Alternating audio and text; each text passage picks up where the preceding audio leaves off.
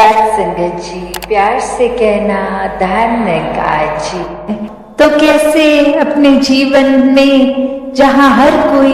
ताउम्र छात्र रूप भी बना रहे, एक वो सीखना तो है,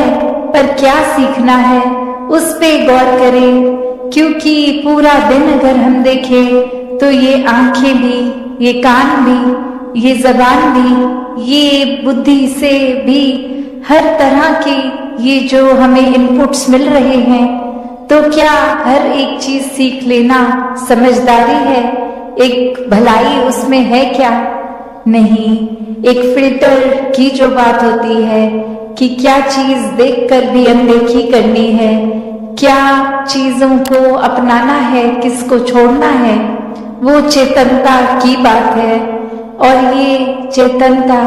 ब्रह्म ज्ञान से जहाँ एक आत्महत्या के जीवन में, एक ये स्पिरिचुअल लाइफ में, तो हर समय ये बहुत ही अच्छा माध्यम है, टूल। पर एक और बात भी देखी जाए कि अगर हम कोई दुनियावी, कोई मटेरियलिस्टिक अपनी रिस्पॉन्सिबिलिटी, कोई काम काज भी कर रहे हैं, कुछ भी कर रहे हैं, तो उसमें भी चेतनता होनी बहुत जरूरी होती है। चाहे वो अक्सर छोटा सा एग्जाम्पल ड्राइविंग का भी, कि सड़क पे होते हैं तो अक्सर वही पंक्ति बार बार नजरों के आगे आती है कि सावधानी हटी दुर्घटना घटी। तो ये हर समय चेतनता की बात है कि कहाँ पे हैं हम इस समय, वो एक एक पल का हमें होश, वो खबर उस पल में ही रहें। वरना तो सोच एक सेकंड लगता है इधर उधर भागने में, ध्यान भटकने में। तो कैसे जहाँ उपस्थित है शरीर, वहाँ मन को भी उपस्थित रखना है, और ये चेतनता हर समय की जीवन में हो।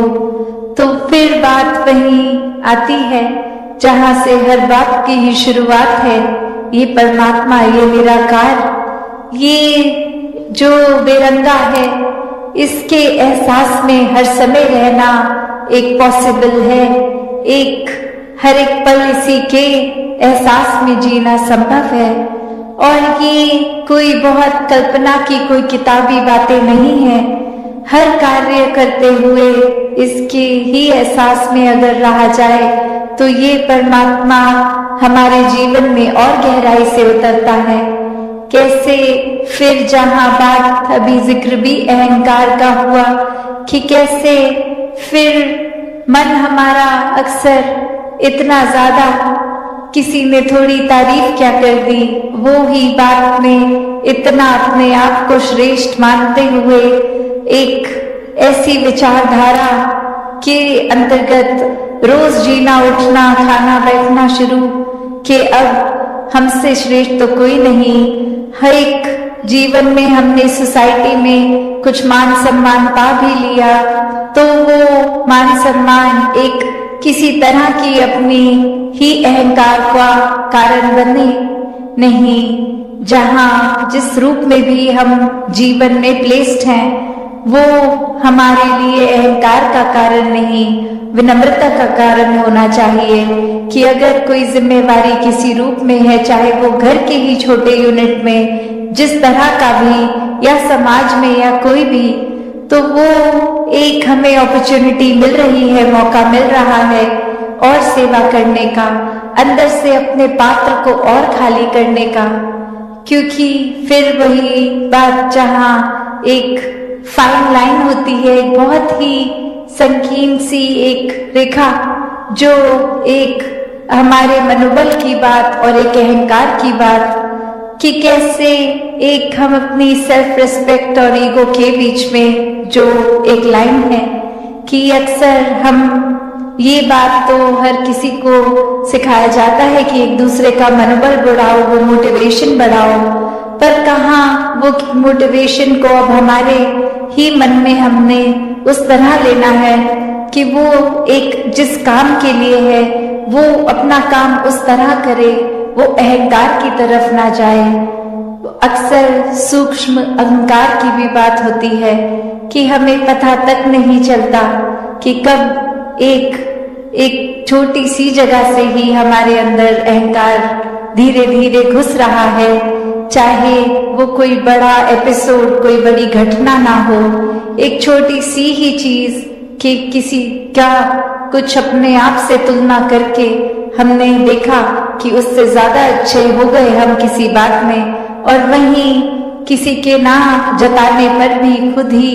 इस बात को मन में अहंकार के रूप में लेते जाते हैं, तो फिर ये अहंकार तो अपना घर बनाएगा ही मन में, और साथ ही ये परमात्मा उतना मन से जाएगा भी।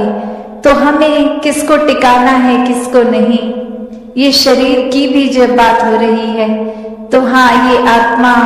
जो है वो ज्यादा इस शरीर से महत्वपूर्ण उस रूप में तो है,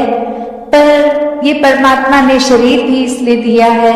कि हम इसकी देखभाल करते करते सारे अपने रिस्पॉन्सिबिलिटीज भी निभाएं। जैसे एक मटका या कोई भी बर्तन ले लें, एक बाहर की सुंदरता से ज्यादा वो मजबूती इम्पोर्टेंट होती है कि अंदर उस पात्र में क्या है, वो पानी है या जो भी है, क्या टिकेगा। एक थोड़ा सा भी सुराख हो जाए तो वो पहले फिर इसके साथ प्यार के बंधन में रहेंगे, एक इसको हर समय महसूस करते हुए, एहसास करते हुए रहेंगे, तो फिर ये जीवन वाकई ही कोई भी परिस्थिति का मोहताज नहीं है। फिर तो हर समय ये आनंद, ये सुकून ही जीवन में है, ये शांति, ये कामनेस, ये ब्लिस, हर समय एक यही एहसास। फिर चाहे तन स्वस्थ हो या अस्वस्थ, एक ये सुकून मन का वैसा ही कायम दायम रहेगा। तो ऐसा जीवन संतों ने समझाया है कि ऐसा जीवन जीना एक पॉसिबल है, हर एक के लिए ऐसा जीवन जीना एक मुनासिब है। तो कैसे इसको जिए, तो बात वही कि परमात्मा से जुड़ के हर समय के सुकून में रहें। और अब अगर आगे सोचें कि ये ब्रह्म ज्ञान भी जीवन में आ गया, एक निराकार के एहसास में भी रहने लगे, सेवा सुमरन सत्संग भी करने लगे, पर एक मन का बदलाव अगर नहीं है तो फिर ये ज्ञान भी मन में नहीं टिकता। और मन से जुड़ी हुई जो पहली चीज आती है वो अहंकार तजना, वो एक समर्पित भाव, मन को एक अपने होने के इस एहसास से हटना होगा और इस परमात्मा के लिए हर हमेशा अर्पित रहना है, एक सेवा में अर्पित रहना है। तो ये सुकून यहाँ समर्पित होने के बाद जो मिलता है, तो कैसे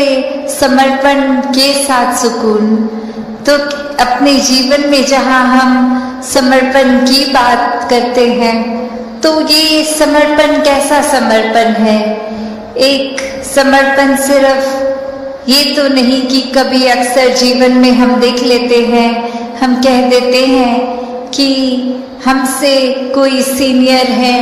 वो कुछ ऑर्डर्स दे रहे हैं और हम करते चले जा रहे हैं। अक्सर किसी ना किसी प्रोफेशन में देखा है, ऑफिसेज में या किसी भी सर्विस में, तो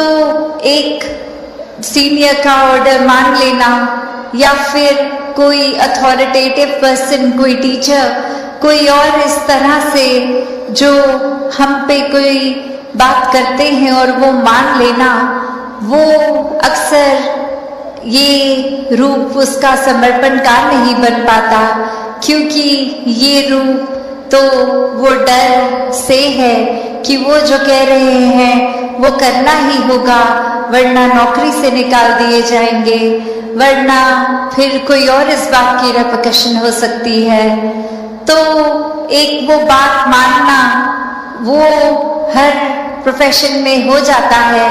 पर मन वहां समर्पित नहीं होता, वो किसी भय के कारण या किसी और अन्य कारण से समर्पण होता है।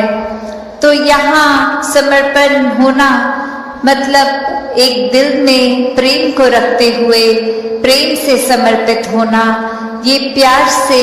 अपने आप को खोकर सिर्फ इस परमात्मा का होकर, ये समर्पित भाव मन का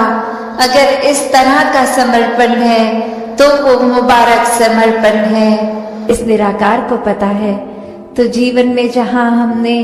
कुछ अगर करना है उसको हासिल करने का प्रयास ये तो हमें ही करना है, पर वो मिले ना मिले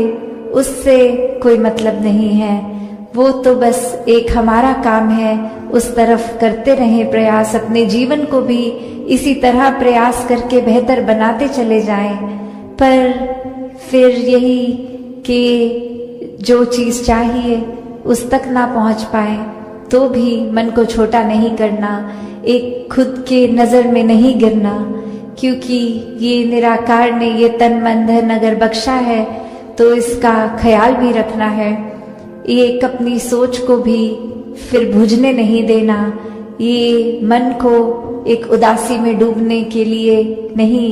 मन को खुश रखने के लिए। और इसी तरह फिर मन में हम सेवा भाव भी रख पाएंगे जब एक तन दुरुस्त और मन दुरुस्त होगा, कि कैसे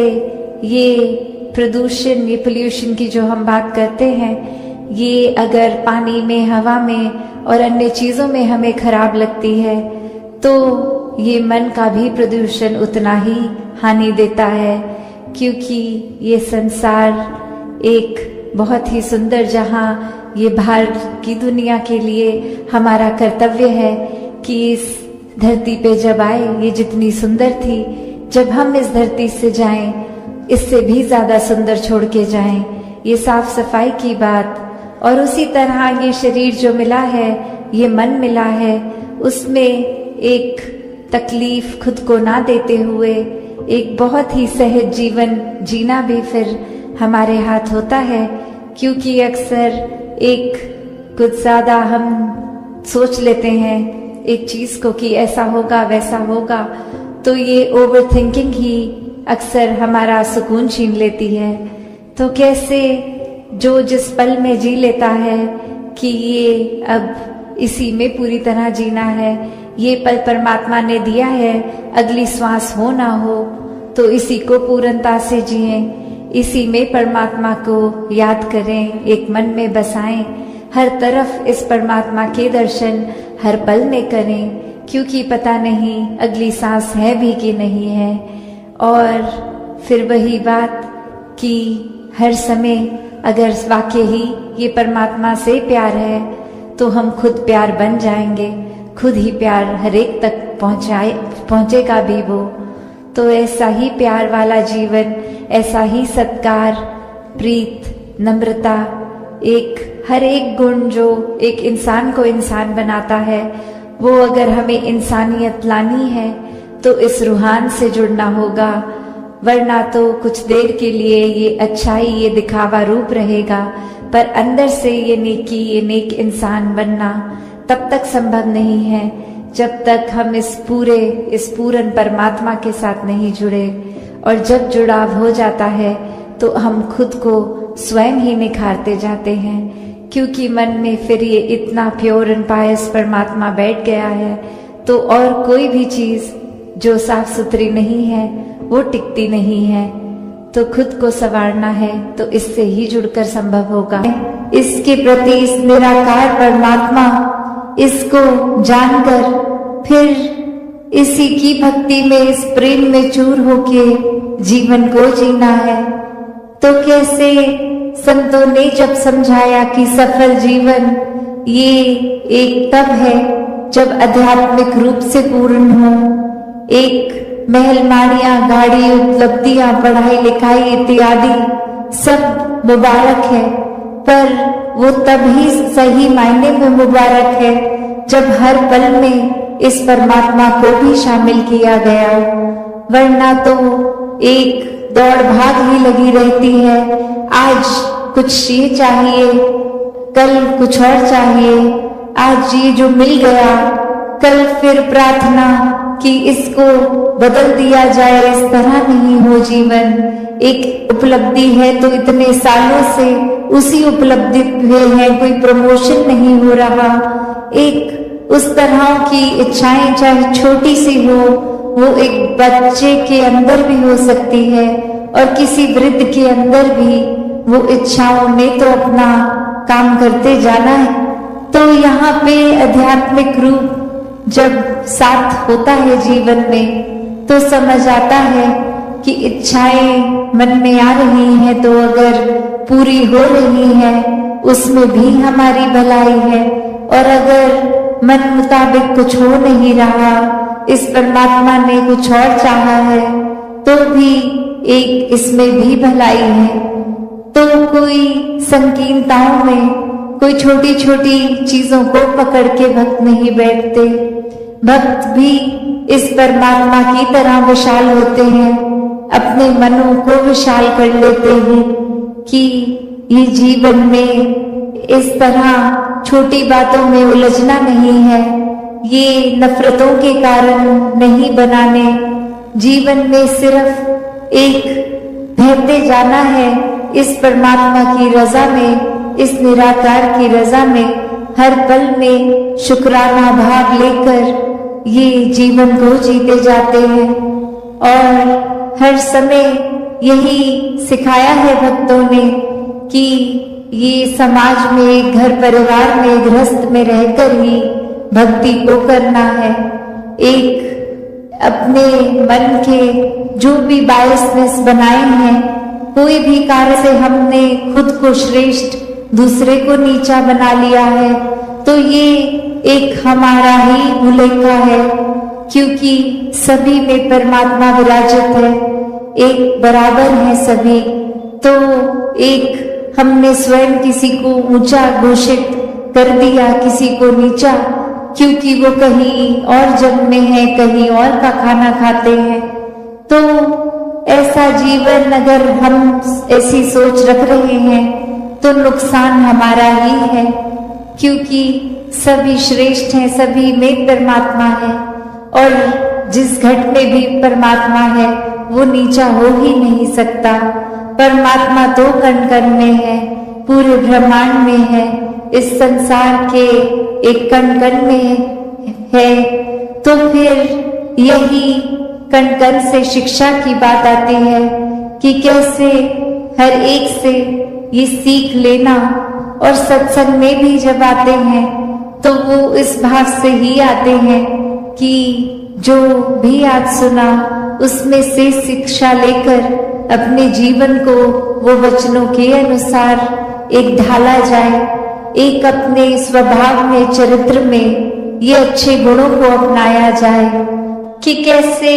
एक हम अपनी सेल्फ रिस्पेक्ट और ईगो के बीच में जो एक लाइन है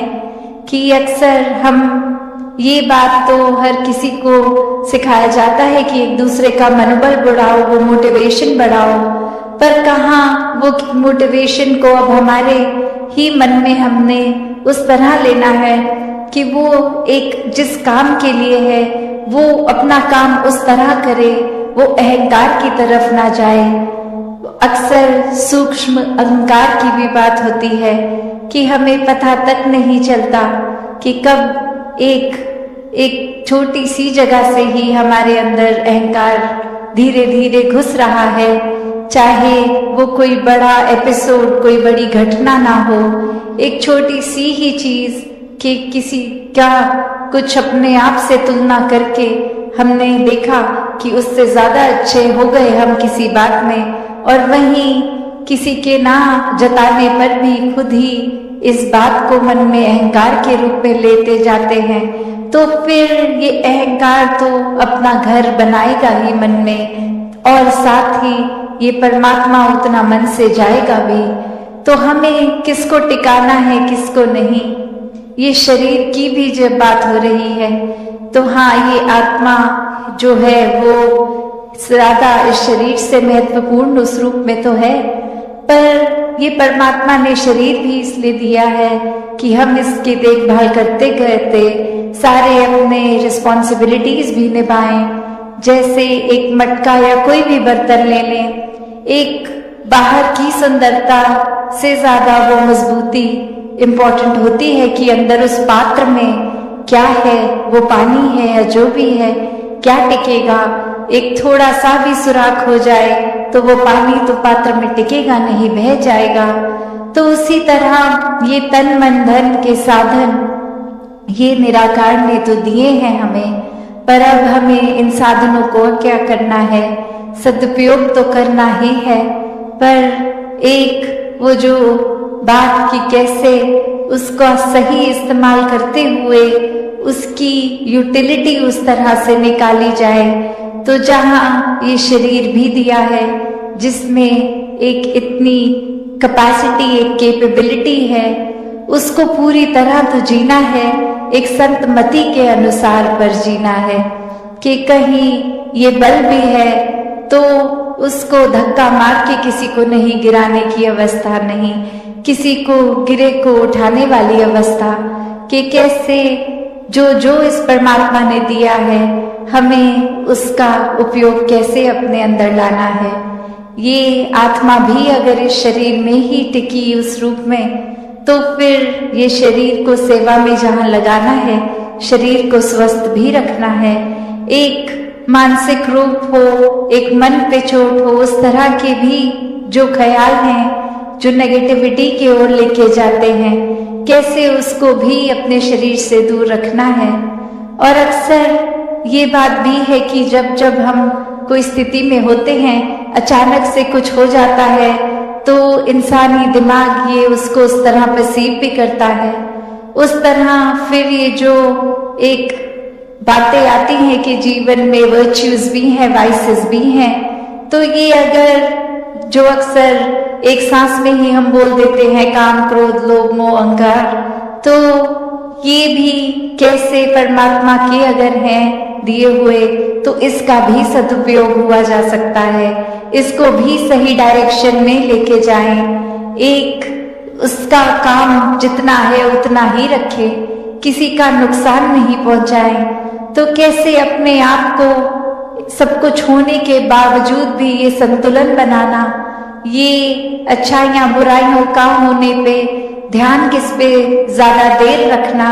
कोई ख्याल आ गया नेगेटिव तो उसको मन में इतना गहराई से नहीं बसाना कि हम ही बेचैन हो जाएं, औरों को भी कर दें। वो ख्याल आया तो आकर उसके बारे में कुछ पल सोच भी लिया तो उसको फिर अपने दिमाग से बाहर निकालना है, और ये सोच विचार फिर परमात्मा पे टिकती है, तो कोई भी और चीज परमात्मा के अलावा मन में ज्यादा देर नहीं टिक सकता। फिर चाहे बात ये अटैचमेंट्स की हो, एक अक्सर संसारिक रूप में या आदतों के रूप में जो नशा इत्यादि कोई भी किस्म की लत भी होती है, एडिक्शन भी होती है, तो भी बात वही कि हर चीज एक अगर जीवन में कोई भी चीज को हटाना चाहे तो भी वो निकालना जाया संभव है। जहाँ एक सपोर्ट सिस्टम की बात होती है, वहाँ बात वो भी होती है कि हर कोई एक हमें बता तो देगा, जैसे सत्संग भी आते हैं, एक अच्छी सत्संग के रूप में सुनते भी हैं बातें, एक जीवन से एक्सपीरियंसेस भी सबके सुनने को मिलते हैं, देखने को मिलते हैं, पर बात वही अगर हम ही नहीं निकलना चाहेंगे तो ये अच्छी बातें भी कान तक रह जाएंगी, ये मन तक एक चरित्र में नहीं आएंगी। तो कैसे एक दलदल में अगर कोई गिरा इंसान है, उसको 100 हाथ भी अगर मिले पर उसको अपना एक हाथ तो बाहर खुद ही निकालना होगा कि कोई बाहर खींच ले। तो अगर हम अपने आप को ही सुधारना नहीं चाहेंगे, अगर हम यही मानेंगे कि हम सर्वश्रेष्ठ हैं, हमसे उत्तम और कोई नहीं, तो फिर तो हम सुधरने वाले नहीं हैं। अगर यही मन में बात आती रहे कि कोई मुझे क्या सिखाएगा, ये चीज तो हम लाखों को सिखाते हैं, तो वही बात कि फिर एक खुद ही अपने जीवन में ये लर्निंग एक्सपीरियंस होते जाएंगे। एक जो बात जो है कि जीवन में शिक्षा रूप वो सिर्फ पढ़ाई लिखाई या बातों तक नहीं, अक्सर सोसाइटी में भी रहकर वो चाहे ट्रेडिशन सीखे जाते हैं, वो चाहे और रूप में एक बात जो जनरेशन तक जाती है, जहाँ वो भी सीखना मुबारक है, पर साथ ही वहाँ उनको एक समझकर एक सवाल उठाने भी जरूरी है कि अंधाधुंध तो सिर्फ एक ने कह दिया और वो प्रथा की तरह बनती गई, तो उसमें अच्छाई जो है तो वो कार्य किया जाए। वरना तो अक्सर हम सोशल रिफॉर्मर्स की भी बात सुनते हैं, जहाँ दहेज की बात होती है, एक डाउरी के साथ साथ जो एक सती रूप या अनेकों और हमने पहले देखे जो एक सोसाइटी में थे, एक जनरेशन से पास भी हुए, फिर भी कैसे वो एक सोसाइटी से हटाने की उसकी जरूरत बनी। एक निराकार के एहसास में भी रहने लगे, सेवा सुमरन सत्संग भी करने लगे, पर एक मन का बदलाव अगर नहीं है तो फिर ये ज्ञान भी मन में नहीं टिकता। और मन से जुड़ी हुई जो पहली चीज आती है वो अहंकार तजना, वो एक समर्पित भाव, मन को एक अपने होने के इस एहसास से हटना होगा और इस परमात्मा के लिए हर हमेशा अर्पित रहना है, एक सेवा में अर्पित रहना है। तो ये सुकून यहाँ समर्पित होने के बाद जो मिलता है, तो कैसे समर्पण के साथ सुकून। तो अपने जीवन में जहाँ हम समर्पण की बात करते हैं, तो ये समर्पण कैसा समर्पण है? एक समर्पण सिर्फ ये तो नहीं कि कभी अक्सर जीवन में हम देख लेते हैं, हम कह देते हैं कि हमसे कोई सीनियर है, वो कुछ ऑर्डर्स दे रहे हैं और हम करते चले जा रहे हैं। अक्सर किसी ना किसी प्रोफेशन में देखा है, ऑफिसेज में या किसी भी सर्विस में, तो एक सीनियर का ऑर्डर मान लेना या फिर कोई अथॉरिटेटिव पर्सन, कोई टीचर, कोई और इस तरह से जो हम पे कोई बात करते हैं और वो मान लेना, वो अक्सर ये रूप उसका समर्पण का नहीं बन पाता, क्योंकि ये रूप तो वो डर से है कि वो जो कह रहे हैं वो करना ही होगा, वरना नौकरी से निकाल दिए जाएंगे, वरना फिर कोई और इस बात की रेपरकशन हो सकती है। तो एक वो बात मानना वो हर प्रोफेशन में हो जाता है, पर मन वहां समर्पित नहीं होता, वो किसी भय के कारण या किसी और अन्य कारण से समर्पण होता है। तो यहाँ समर्पण होना मतलब एक दिल में प्रेम को रखते हुए प्रेम से समर्पित होना, ये प्यार से अपने आप को खोकर सिर्फ इस परमात्मा का होकर, ये समर्पित भाव मन का अगर इस तरह का समर्पण है तो वो मुबारक समर्पण है। तो कैसे एक अक्सर बात ये होती है कि हमने समर्पण अगर कर दिया तो ये जो इतने सालों में अक्सर अगर हम सोच के भी देखें कि छोटी उम्र से ही पढ़ते लिखते एक डिग्रियां मिल गई, एक हमें कोई और उपाधि मिल गई, तो ये कमाने के लिए चाहे कितने वर्ष लग गए, पर जब समर्पण की बात आती है, अहंकार को तजने की, अहंकार गंवाने की, तो उसमें उतने ही साल नहीं लगते, ये तो एक पल में ही समर्पण हो जाता है। जैसे ही ये मन समझ लेता है कि ये शरीर में नहीं हूँ, ये आत्मा का असली रूप परमात्मा है और शरीर ने तो अपनी यात्रा कुछ सालों में करके इसका एक विनाश हो जाना है, तो कैसे ये समर्पित जीवन जिया जाए जब तक जीवन है। सात संगत जी, धन अंकाज।